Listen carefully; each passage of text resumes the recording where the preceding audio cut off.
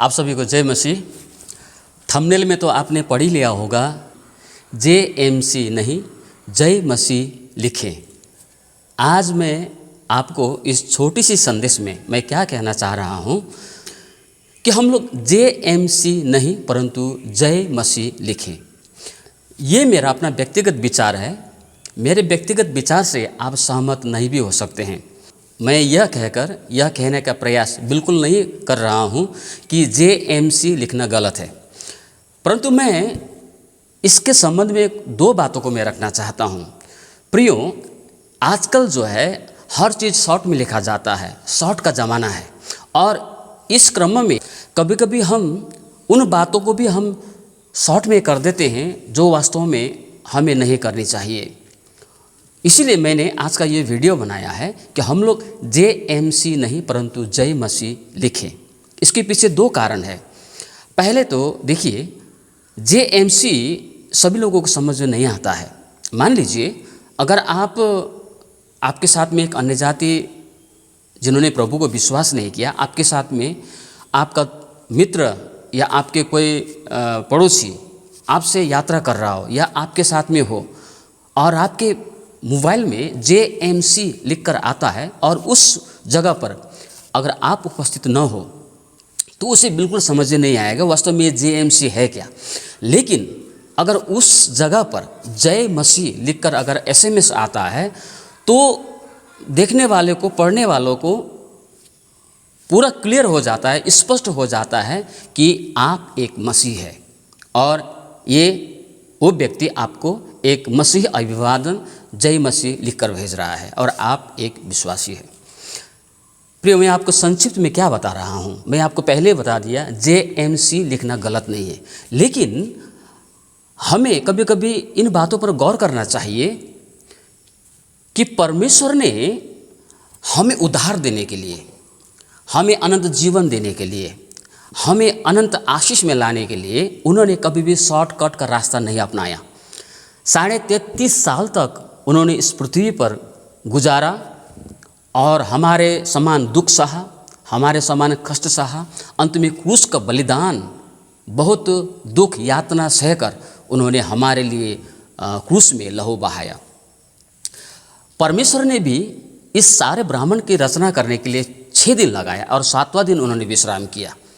मैं आपको ये क्यों बता रहा हूँ, जब परमेश्वर ने हमारे लिए जब कुछ किया या उन्होंने कुछ करना चाहा हमारे लिए, तो उन्होंने कभी भी शॉर्टकट का रास्ता नहीं अपनाया। हमें उद्धार देने के लिए वो कर सकता था, वो भी संक्षिप्त में अभी के अभी वो कर सकता था, लेकिन उन्होंने वो तरीकाओं को कभी नहीं अपनाया। यीशु मसीह ने हमें अनंत उद्धार देने के लिए शायद 33 साल दुख कष्ट सहते हुए हमारे लिए उन्होंने दुख सहा, हमारे लिए कष्ट सहा। अंत में कलवरी क्रूस पर बलिदान हुआ हमें अनंत जीवन देने के लिए। और प्रभु यीशु ने इस कार्य को छुटकरी में नहीं किया, संक्षिप्त में नहीं किया, शॉर्ट में नहीं किया, परंतु बड़ी समय लेकर, बड़े ही दुख के साथ, यातना के साथ इस पृथ्वी पर अपना समय बिताते हुए हमें नया जीवन दिया। और हम है कि उस मसीहा की जय करने के लिए भी हम जय मसीह लिख नहीं पाते हैं।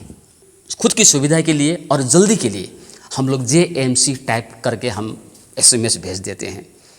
प्रियो, वचन में एक जगह ऐसा कहा है, 1 कुरिन्थियों के पत्री 14 अध्याय 16 और 17 में पौलुस इस प्रकार से कहता है, नहीं तो यदि तू आत्मा ही से धन्यवाद करेगा तो फिर अज्ञानी तेरे धन्यवाद पर आमीन कैसे कहेगा, क्योंकि वो तो नहीं जानता कि तू क्या कहता है। तू तो भली भांति धन्यवाद करता है परंतु दूसरे की उन्नति नहीं होती। इस प्रकार से पौल यहाँ पर कहता है। पौलुस का कहने का तात्पर्य है कि हम अगर अन्य भाषा में अगर प्रार्थना करते हैं तो वो हमारे लिए हो सकता है और हमें तो समझ में आ रहा होगा और हम भली भांति आमीन भी करेंगे, लेकिन दूसरे लोगों को उससे क्या फ़ायदा होगा? दूसरे लोग क्या उसको समझ पाएंगे? नहीं समझ पाएंगे। ठीक इसी प्रकार अगर हम लोग JMC लिखेंगे तो हर किसी को समझ में नहीं आएगा, हर किसी को समझ में नहीं आएगा ये वाक्य। लेकिन अगर हम स्पष्ट तौर पर जय मसीह लिखेंगे तो सभी लोगों को समझ में आएगा कि वास्तव में ये एक विश्वासी है और ये क्या कहना चाहता है या क्या कह रहा है। इसलिए मेरा संक्षिप्त में आज इस वीडियो बनाने का मकसद यही है कि हम JMC नहीं लिखे परंतु जय मसीह लिखकर मसीहा की जय करें, जिन्होंने कभी भी हमें उधार देने के लिए छोट करी अर्थात संक्षिप्त हुआ अर्थात शॉर्ट रास्ता नहीं अपनाया। तो हम क्यों ना उसकी महिमा करने के लिए, उस मसीहा की जय करने के लिए हम JMC न लिखकर जय मसीह लिखें। मैं एक बार फिर से आपको कहता हूँ कि ये मेरा व्यक्तिगत विचार है और मैं ये भी नहीं कह रहा हूँ कि JMC लिखना गलत है, परंतु जब उस यीशु ने हमें उधार देने के लिए इतना लंबा रास्ता तय किया तो क्या हम उसकी जय करने के लिए जय मसीह लिखकर उसका जय हम लोग नहीं कर सकते? तो परमेश्वर इन वचन में आप सभी को आशीष दे। सभी को जय मसीह की।